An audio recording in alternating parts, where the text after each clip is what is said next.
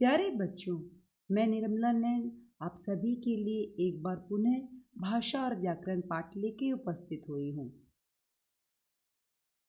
आओ बैठो कर लो बात, हंस लो गा लो, लिख लो साथ, कथा कहानी या मन की बात, भाषा देती सब में साथ। प्यारे बच्चों, आप इस चित्र में देखेंगे कि यह चित्र उस समय का है जब हमें आदि मानव कहा जाता था। उस समय मनुष्य को ठीक से बोलना नहीं आता था, इसलिए वह इशारों से अपनी बात दूसरों को समझाता था। धीरे धीरे मनुष्य ने अपने विचारों को प्रकट करने के लिए पत्थरों, चट्टानों, पेड़ की छालों आदि पर कुछ संकेत और चिन्ह बनाने शुरू किए। बाद में इन्हीं संकेतों और चिन्हों से भाषा का जन्म हुआ। फिर कागज और छापे खाने के आविष्कार ने भाषा के विकास को व्यवस्थित रूप दिया। इसी तरह भाषा का क्रमिक विकास हुआ। मनुष्य ही नहीं, पशु पक्षी भी तरह तरह की आवाज़ें निकालकर आपस में बात करते हैं, किंतु हम उन्हें समझ नहीं पाते और ना ही उनसे भाषा की रचना की जा सकती है। इसीलिए मनुष्य ही एक ऐसा प्राणी है जो भाषा का प्रयोग कर सकता है। भाषा के प्रयोग करने के कारण ही मनुष्य ने भाषा को इस प्रकार परिभाषित किया है। अपने विचार एक दूसरे तक पहुंचाने के माध्यम को भाषा कहते हैं। और भाषा के दो रूप होते हैं, मौखिक भाषा और लिखित भाषा। मौखिक भाषा के अंतर्गत हम देखते हैं कि इन चित्रों में बोलने वाला वक्ता अपनी बात बोलकर बता रहा है, अतः इसे भाषा का मौखिक रूप कहा जाता है। भाषण, गाना, कविता पाठ आदि मौखिक भाषा के उदाहरण हैं। बोलना और सुनना मौखिक भाषा है, इसे हम सरल शब्दों में व्यक्त कर सकते हैं। लिखित भाषा। लिखित भाषा के अंतर्गत हम इन चित्रों को देख सकते हैं। इन चित्रों में लिखकर अपनी बात दूसरों तक पहुंचाई जा रही है, अतः इसे भाषा का लिखित रूप कहते हैं। पुस्तक, लघु संदेश, ईमेल, निबंध लेखन आदि लिखित भाषा के उदाहरण हैं, जिन्हें हम सरल शब्दों में कह सकते हैं कि लिखना और पढ़ना लिखित भाषा है। बच्चों, हमने सांकेतिक भाषा भी पढ़ी है। सांकेतिक भाषा के अनुसार अगर हम देखते हैं तो निर्देशित चिन्हों और संकेत द्वारा भी अपनी बात कही जाती है। जैसे कि प्रथम चित्र में हम देख सकते हैं कि वो अभिव्यक्त कर रहा है कि हॉस्पिटल 500 मीटर की दूरी पर है, और दूसरे चित्र में यातायात के साधनों को व्यवस्थित करने के लिए ट्रैफिक लाइट और जेब्रा क्रॉसिंग का प्रयोग किया जा रहा है। इसे सांकेतिक भाषा कहा जाता है। ब्रेल लिपि, मूक अभिनय आदि सांकेतिक भाषा के कुछ उदाहरण हैं। परंतु सांकेतिक भाषा का प्रयोग तभी संभव है जब हम आमने सामने हों। कई बार संकेतों द्वारा विचार स्पष्ट रूप से व्यक्त नहीं हो पाते। इनके सीमित प्रयोग को देखते हुए इसे भाषा के रूप में दर्ज नहीं किया जाता है, परंतु हम देखते हैं भाषा के अनुरूप हम हमारे अलग अलग क्षेत्र में भी भाषा को अलग अलग प्रकार से व्यक्त करते हैं। इसी प्रकार हम भाषा के कुछ प्रकार भी आपके लिए लेके आए हैं, जैसे कि बोली। बोली भाषा का मौखिक रूप होता है। जब कोई भाषा किसी सीमित क्षेत्र में बोलचाल में प्रयोग की जाती है तो उसे बोली कहते हैं।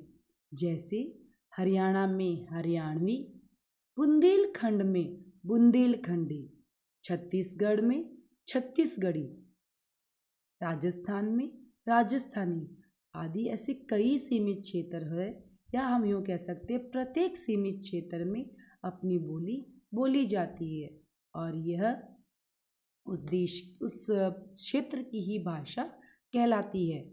दूसरी हमारी भाषा का प्रकार है मातृभाषा। बच्चा जो भाषा सबसे पहले अपने परिवार में सीखता है उसे मातृभाषा कहते हैं। जैसे एक पंजाबी परिवार में पले बड़े बच्चे की मातृभाषा पंजाबी और बंगाली परिवार में जन्मे बच्चे की मातृभाषा बांग्ला होती है। हर बच्चे की मातृभाषा उसके क्षेत्र और उसके परिवार पर निर्भर करती है, इसीलिए उसे मातृभाषा का रूप कहा जाता है। तीसरा हमारा स्वरूप है राजकीय भाषा, जिसे हम राजभाषा भी कहते हैं। राजकीय या सरकारी कामकाज की भाषा को राजभाषा कहा जाता है। भारत में हिंदी को राजभाषा का दर्जा प्राप्त है। हिंदी को राजभाषा का यह दर्जा 14 सितंबर 1949 को दिया गया, जिसमें सभी राजकीय कार्य हिंदी भाषा में किए जाने लगे। हमारी भाषा का अगला स्वरूप है अंतर्राष्ट्रीय भाषा। दुनिया भर में अंग्रेजी को अंतर्राष्ट्रीय भाषा के रूप में मान्यता प्राप्त है, क्योंकि यह विश्व की सर्वाधिक प्रचलित भाषा है।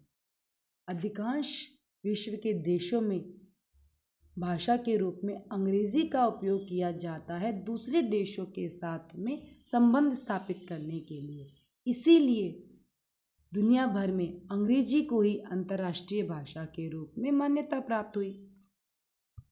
बच्चों, भाषाएं सब देशों के अनुसार अपनी अपनी अलग होती है।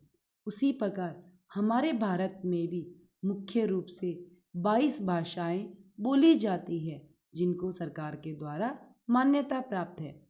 और ये भाषाएं कुछ इस प्रकार है: हिंदी, असमिया, कश्मीरी, ओडिया, संस्कृत, बोड़ा, कोंकणी, तमिल, गुजराती, डोगरी, मलयालम, तेलुगु, मराठी, संथाली, मैथिली, उर्दू, पंजाबी, सिंधी, मणिपुरी, बांग्ला, कन्नड़ और नेपाली। कुल ये 22 भाषाएं हमारे भारत देश में बोली जाती हैं और जिन्हें मान्यता भी प्राप्त है। विश्व में भी बहुत सी भाषाएं बोली जाती हैं। पूरे विश्व में लगभग 6500 भाषाएं बोली और लिखी जाती है। इनमें से कुछ इस प्रकार है: अंग्रेज़ी, चीनी, फ्रेंच, अरबी, जापानी, स्पेनिश, जर्मन, थाई, हिब्रू, रूसी आदि। बच्चों, हम बोलने के लिए जिन भाषाओं को प्रयोग करते हैं, उन भाषाओं को लिखने के लिए जिन चिन्हों का प्रयोग करते हैं, उन्हें लिपि कहते हैं। बोलते समय हमारे मुख से जो भाषाएं निकलती है, जो ध्वनियाँ निकलती है, उन्हें लिखने के लिए कुछ निश्चित चिन्ह तय किए गए हैं। इन्हीं चिन्हों को लिपि कहते हैं। लिपि भाषा का लिखित रूप होता है। इस प्रकार लिपि भाषा को इस प्रकार परिभाषित किया गया है: भाषा के लिखने के तरीके या ढंग को लिपि कहते हैं। प्रत्येक भाषा की अपनी लिपि होती है। जैसे हिंदी भाषा की लिपि देवनागरी है, संस्कृत भाषा की लिपि भी देवनागरी है, गुजराती भाषा की लिपि भी देवनागरी है, पंजाबी भाषा की लिपि गुरुमुखी और उर्दू की फारसी और अंग्रेजी भाषा की लिपि रोमन है। आप सभी देखेंगे कि देवनागरी की लिपि के अंतर्गत लिखी गई भाषा को लगभग सामान्य रूप से अक्षर लगभग एक समान है। लिपि हमारे लिखने के तरीके को व्यक्त करती है और लिखने के तरीके को शुद्ध होना ज़रूरी है, जो हम व्याकरण के अंतर्गत पढ़ते हैं। अगर हमारा वाक्य शुद्ध नहीं हो तो हमारा वाक्य अशुद्ध कहलाता है। इसको हम एक उदाहरण से समझेंगे। जैसे कि आप देख सकते हैं इस चित्र में गाय घास खा रहा है लिखा है, जो कि व्याकरण की दृष्टि से अशुद्ध है। तो उसका शुद्ध रूप क्या होगा? इसका शुद्ध रूप कुछ इस प्रकार होगा: गाय घास खा रही है। कभी भी गाय घास खा रहा है नहीं होता। शुद्ध रूप होता है गाय घास खा रही है। भाषा को शुद्ध रूप से लिखना, पढ़ना, बोलना, ये सब सिखाने का कार्य व्याकरण करता है। इसीलिए हम कह सकते हैं कि भाषा को शुद्ध रूप में बोलना, लिखना और पढ़ना सिखाने वाली नियमावली व्याकरण कहलाती है। बच्चों, हम लोगों ने हिंदी के अंतर्गत भाषा को सीखा है। व्याकरण के अध्ययन हम विस्तृत रूप से करेंगे कि किस प्रकार व्याकरण हमारी भाषा को शुद्ध बनाती है। आज की इस वीडियो में हमने भाषा का विस्तृत अध्ययन किया है। मैं आशा करती हूँ कि आप सभी को भाषा के रूप, लिपि, बोलियाँ और व्याकरण के बारे में ज्ञान हुआ होगा। मेरे वीडियो को लाइक करें, कमेंट करें और अपने दोस्तों के साथ शेयर भी करें। धन्यवाद।